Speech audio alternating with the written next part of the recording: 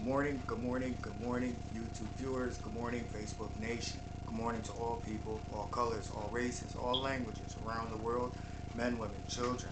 Good morning to everyone. May you have the most beautiful day, have the most blessed day. For whatever goals that you have set forth for yourself on this day, as long as those goals benefit all of humanity, may those goals come to fruition. Wow, beautiful day. Odd for this time of year. Glad that everyone enjoyed their holiday weekend. We're getting ready to come into the new year. As my word, I kept it light, and I kept it, with good stuff. But we all know that life is real, and we have to deal with real subjects. And these are some of the topics that we need to deal with before we get into the new year. And the topic is exactly as it says it is. The topic for today that we're going to discuss is entitled Victims and Power. Victims and power. Not victims in power, but they are, but victims and power. And what this topic deals with is, what we're going to talk about today is it's no content creator is going to touch something like this subject, nor will any politician address any subject like this. However, this is a subject in which we all need to understand, number one, in order to move on, and number two, because it exists, and we can no longer ignore this topic of victims who come into power and they abuse their power and the people that help them to do it. And are these people part of a group, a cult? Are these people selected? You're going to get answers to those questions today. First, I want to give you a statistic that many are not aware of. That 1 in every woman on the face of this earth since the beginning of history, 1 in every 3 has or will experience rape or sexual assault. That's 1 in 3 women on this earth, and these are facts.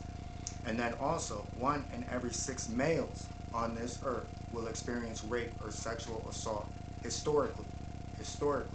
So these are numbers that should blow people away, but these are numbers that we hear thrown around all the time. But we hear them thrown around by people who are victimizing, who were victims, who became the predators. And that's what this topic deals with, victims and power.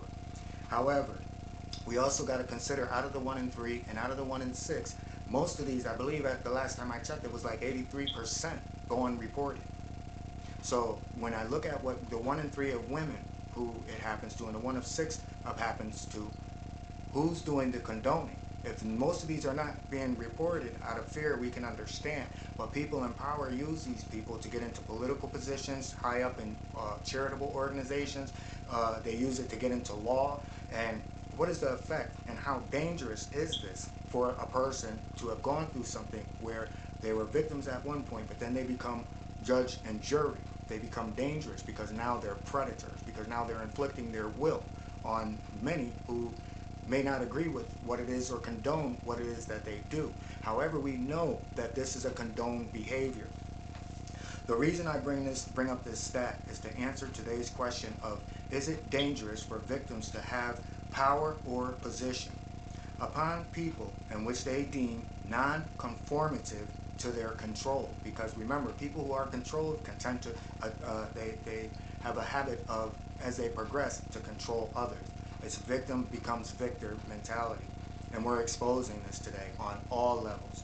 Many of us who have suffered from abuses in life often reach out to seek help in understanding what took place in their lives. These are the people who were like, yo, this ain't right. But then you have some, which we're going to be talking, these are the ones we're addressing today, the ones that end up liking what happened. Because a lot of people, we wouldn't have predators on this earth if those people didn't enjoy what happened to them as children. So these are the ones that we're exposing in the positions that they are in today. They often reach out to seek help, to understand what took place, and to also deal with the blame in which a person puts on themselves for what took place as an adolescent. Literally, we put our trust in a stranger or an organization or a medical facility. So we reach out to others, even away from our family, because most of it happens in family relative, family member, people associated with the family.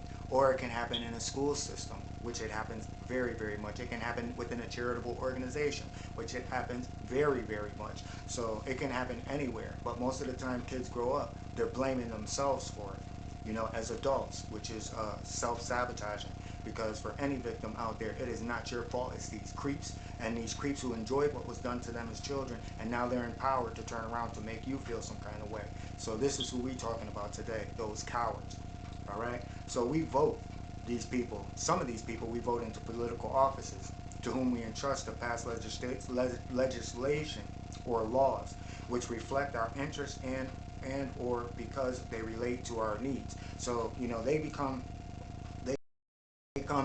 secondhand because they understand, the community feels that they understand what they've gone through, so therefore they're going to work to pass these laws. But we find out more than often that these laws are often entrusted to people, again, the predators who are preying on those if they do not conform in their belief systems. So, today we are finding that this notion to be far more dangerous, and these individuals to be far more dangerous. We're finding judges who are siding with pedophiles. We're finding law enforcement that are part of extremist organizations. We're also finding politicians part of extremist organizations. We're finding out that all of these things are organized. And it's been like this, people. It's been like this since the beginning of time. There is nothing new under the sun, nor is there a program under the sun that is new. These things have been. But what has not happened is where every world empire and the worlds around us, the citizens around us, are all waking up at the same time to say, hey, something is wrong. And this is why you're finding so much chaos throughout this world. But a lot of things are being exposed. So we can say thank you and thank us to our higher powers that these floodgates have been opened where all these things are being exposed. Because all these governments that have allowed, well, not the governments, but for all these people who have used these mechanisms as far as political, charitable, even religious, to push to abuse, to continuously abuse and share the abuse with people who share like-minded type behavior. Our higher power is exposing all this, so we have to be thankful for this. Today we are finding, again, this notion to be far more dangerous than the predators, abusers, and control freaks because of the power and control given to these sadists. And like I said, they're in power for a reason because they share that. One of the things that, like I said, growing up as an adult, I really didn't find out until this year how prevalent open marriages are. I've never gotten married because, like I said, I've never understood what love was or what love is. Now I do, and I know that it takes time. But, to find out that people that you may know, they're into these open relationships where, they're having sex with every and anyone. And I'm like, to me, it blew my mind. But also I pay a price because of saying the word no to being a part of it. So now we understand how these power people play out. You know what I'm saying? That if you don't conform with certain things, then you become a target of certain things because there's more people that are into crazy things because they tend to flock together than not. And you find yourself as an alien. So today I'm speaking to all you aliens out there on my channel, which is like very few. When I was part of the mainstream and talking what people wanted to hear and just saying, oh, just ignore it, beautiful flowers, beautiful trees, beautiful this, beautiful that, have a nice day, everything's beautiful. I had 300 some odd followers. Not followers, but 300 people would come to my channel. But once I started to talk about real things that go on in life, real truth that go on in life, people fled. And I was speaking to a friend of mine, and I was telling her today of how, two of my friends, they had over 1 million followers. And once they started to talk about the things that are really, really going on in this world, one of them is under 300,000, dropped from over 1 million to now 300,000. And then the other one went from over 1 million to less than 100,000. How does that work? It's because of how many people and what we're up against in this world. So we're a minority. We are an alien. And sometimes we think that the people, whether it be in our family, whether it be friends, we think that they understand what it is that we're going through. And no, they don't. They're with that. So that's what they're entitled. That's what they call gatekeepers. Gatekeepers have to keep people like us quiet. And we're going to find out throughout this video, all the people, men and women, who have ever stood for something right, something fair, they have all been killed or in prison, or even worse. Like I said, their legacy has been tarnished for what they've done. They've been made to criminals and had their lives taken, where everything they did was for the benefit of all of humanity. And we're going to talk about that too. So we find that, again, the laws are favorable to the pedophile. and abuses of power is covered up at the highest level. Sadly for us who are normal thinking people, molestation is normal on this planet. So is sex trafficking and sleeping, again, with minors. It's normal to the majority of the population. And to you and I, we might be the problem because we see a problem with it. And we're finding that out more and more, that this is to be the case. So we're going to answer, before we get out of here, we're going to answer the question, how dangerous is it to have these people in power and control positions? And number two, is this systematic system in place to recruit, empower these flawed individuals to carry out the will of the victim to predator system that we're living in? And the sad answer is yes and yes. These people are recruited. When they come to these positions, when they come to these jobs, they know psychologically that these people are into the same things that they are, and they're willing to do the same dirty, low-down, corrupted things as they do. They don't hire someone like you or me who really want to help the people. That is not in their plans because they understand what it is that they do. Just look at some of the people around the world, some of the organizations that we feel are out there to help us. Child trafficking, child kidnapping. Come on, come on. And like I said, it's the average day people that are here right in your own community that are capable of doing the same thing, and probably more than likely have and are doing it now. So let's talk about some of the beautiful people who, some of them, like I said, you're going to see in the background, who fought for all kinds of rights, for everything, for humanity, and didn't want anything in return. And when they stood up for human rights, they were killed. And let's talk about this one woman who's alive right now. And I want to start out with Romania. And this goes into Cheryl, I believe her name's Cheryl Matthews. You had sent a comment and you said, oh, you know that you're a tree hugger, and you know that you like my poem because it was beautiful, because it entailed the earth. Well, I want to give you something on how deep we get. It's not about a beautiful poem, even though I'm thankful that you liked it and enjoyed it. However, we're living in an evil place, and we have to deal with these evils. Now, to answer the poem of Why Earth, let's talk about, her name is Diona Pana. D-O-I-N-A-P-N-A-P-A-N-A. She's the Minister of Water and Forest. And this is the country of Romania. Back in 2017, she had to leave her position. The reason she had to leave her position, think about this, water and forest. And all she was doing was making the world conscious of illegal forestry cutting. So they're still doing it to today. So she named companies like IKEA and big corporations that were buying this illegal wood while taking away from the rainforest or their forests and not replacing the trees.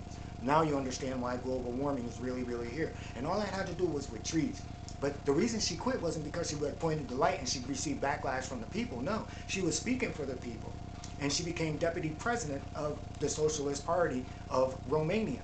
But the people that she worked side by side with, every day she went to drink her tea or went to drink her coffee, they were putting mercury in it, killing her, trying to kill this woman. And this is how real it is. It's just, when we're talking about trees.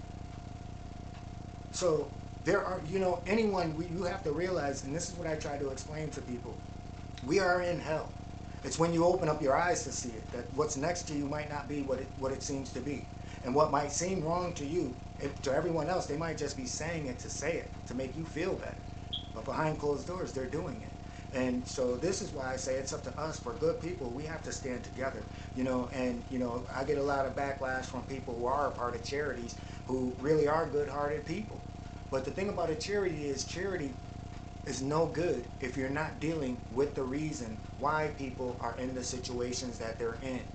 Charities do no good if people are immigrating to a country, fleeing a country, where you're not dealing with why they're leaving that country in the first place.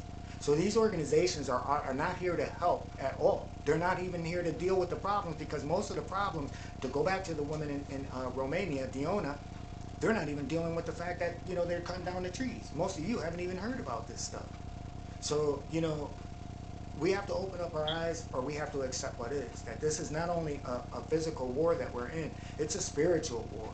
And hell isn't in a place that's burning. Hell is right here on earth when you become conscious to open your eyes. And this is more of the reason why we need one another.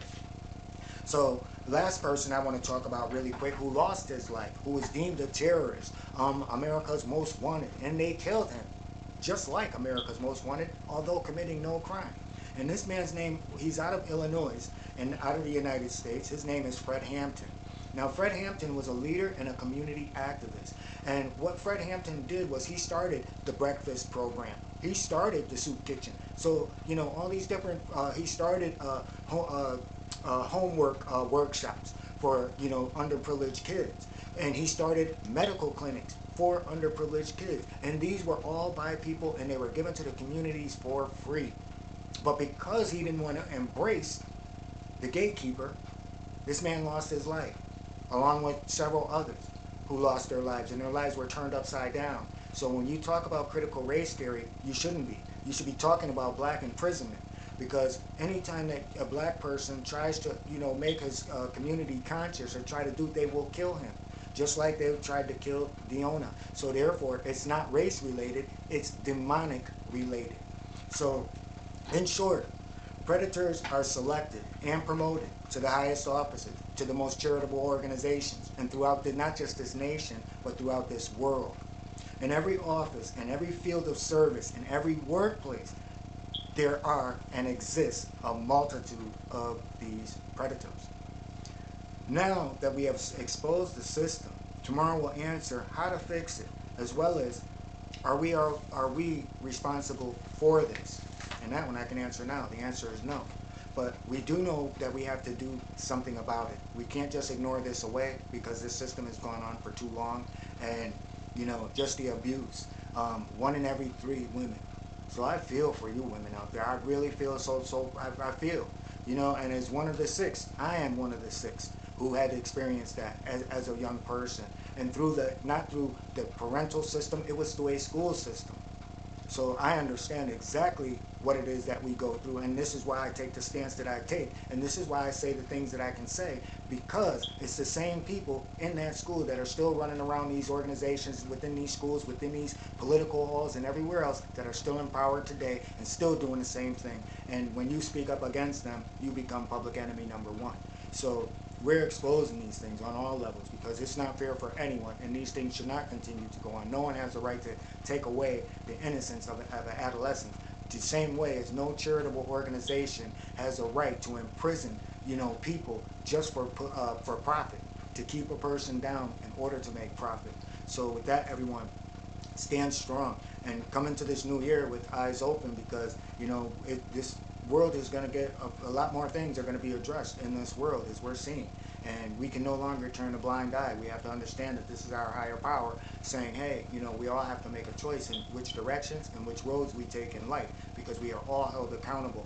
But he's exposed the fact that who's in these, you know, extremists in office, and, you know, pedophiles in office, and legal systems and everywhere else in schools. So we have to wake up, or we can accept the penalties, you know, that things are going to continue to get far worse, because they're trying to make it even easier now for these pedophiles to not be criminalized. As you saw in the earlier photo today, a judge speaking out against it, saying, hey, you know, these people are doing nothing wrong. Think about that one. So with that, everyone, men, women, children, no matter what language, no matter what color, no matter what race, for all people, have the most beautiful day. Have an awesome day. Be the best person that you can be. And with that, everyone, peace and blessings.